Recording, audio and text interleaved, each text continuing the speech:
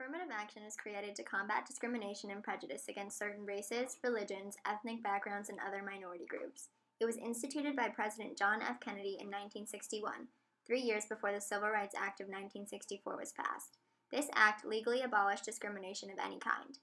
The affirmative action case has three major components: equal opportunity, dismantling of social barriers, and higher education. These components combine to promote a positive and diverse environment in both universities and the workforce. Affirmative action has been a controversial topic since its implementation in 1961. The debate over affirmative action started when Alan Bach, a 32-year-old engineer and former U.S. Marine Corps officer, sued the University of California for being rejected to their medical school. This is because of a self-imposed quota, which requires 16% of the incoming class to be from a minority group. He stated that it violated the 1964 Civil Rights Act and the Equal Rights and Protection Clause of the 14th Amendment, which stated that no citizen shall be discriminated against and shall receive the same rights. The California Supreme Court struck down the program, suggesting that it violated the rights of white applicants and ordered that Bach be admitted to the medical school. The U.S. Supreme Court then accepted the case, even amid its attention in the public eye. Another court case that was brought to the forefront was the Hopwood v. Texas case. It was the first case that was successful in challenging a university's affirmative action policy.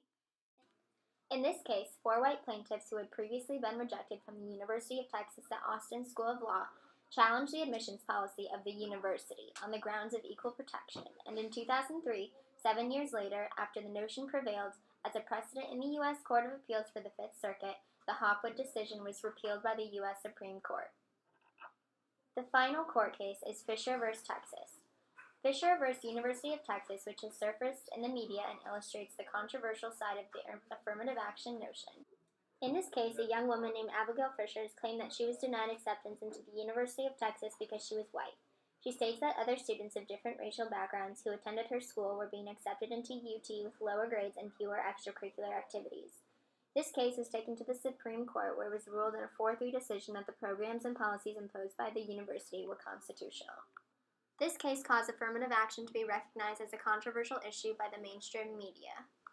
Indiana University has been positively impacted by affirmative action as it has allowed the university to increase the diversity present on campus. To further the mission of promoting diversity, the university established the Office of Affirmative Action.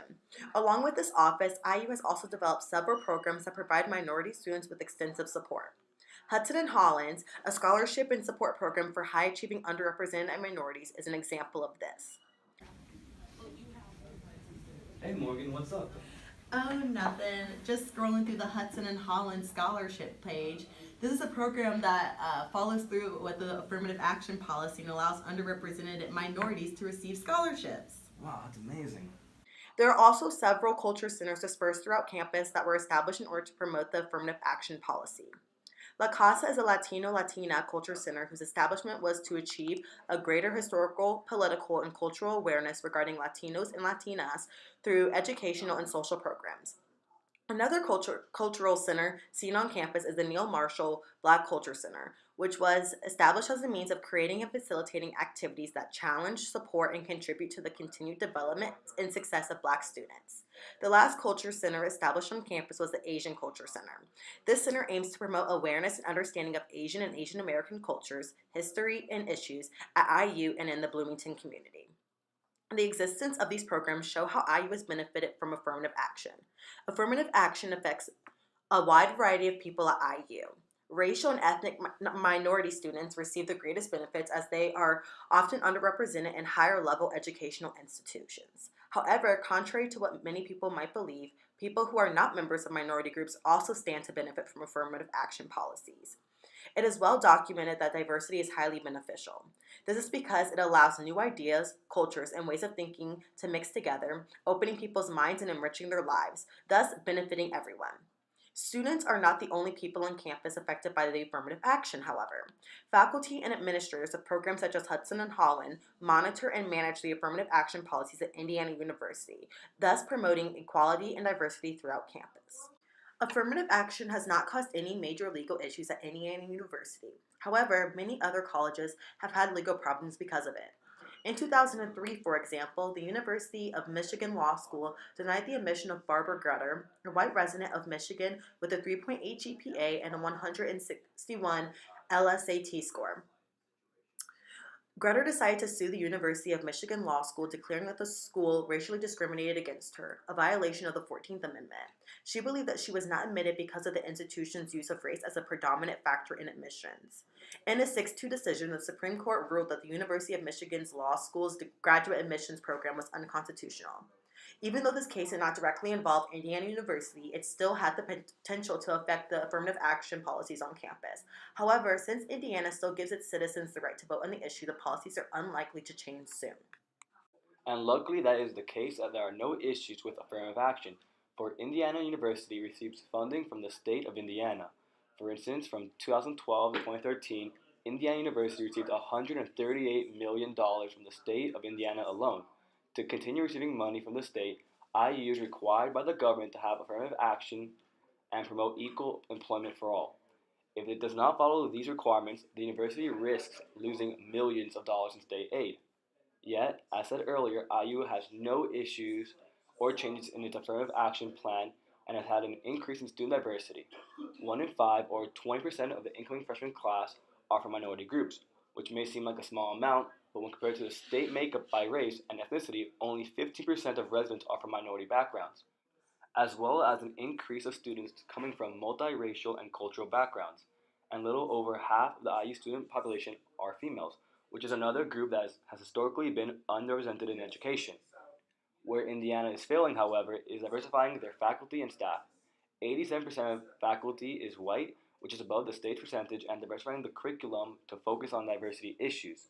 An assessment done by the Hulani Associate Group to see how diverse IU is pointed out how 1% of IU courses incorporate diversity. IU can improve this by working with already made offices such as Office of Affirmative Action, the Office of Women's Affairs, and Office of Diversity Education. The main purpose of these offices is to diversify our education and diversify the faculty, so by working with them in the hiring process every step of the way, will help IU fulfill its affirmative action commitment.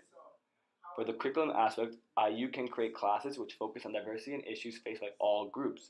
It is in its power to do so, and therefore they should.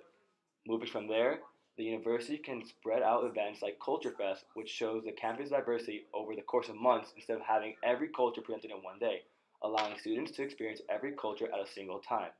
Lastly, cultural groups can have been voicing their concerns, such as the Black Student Union, about increasing scholarship for Black students in order to increase the retention rate of students.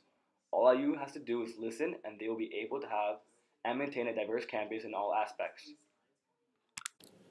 Affirmative action has clearly had a positive impact on Indiana University. The existence of programs, such as Hudson and Holland, are great indicators of this positive impact. Affirmative action is important to Indiana University because it promotes diversity at the school. Diversity is important to a learning institution because it brings together a variety of people and cultures from around the world. This, by extension, means that different ideas and ways of thinking are brought together, which fosters a stronger culture of learning. It is troubling to see that there are many people out there who would abolish all affirmative action policies, as these policies help those who were disadvantaged in the past to gain equal footing in today's society. Rather than abolish these programs, we, as a society, should continue to strengthen them so that the phrase, "all men are created equal," is truly a reality.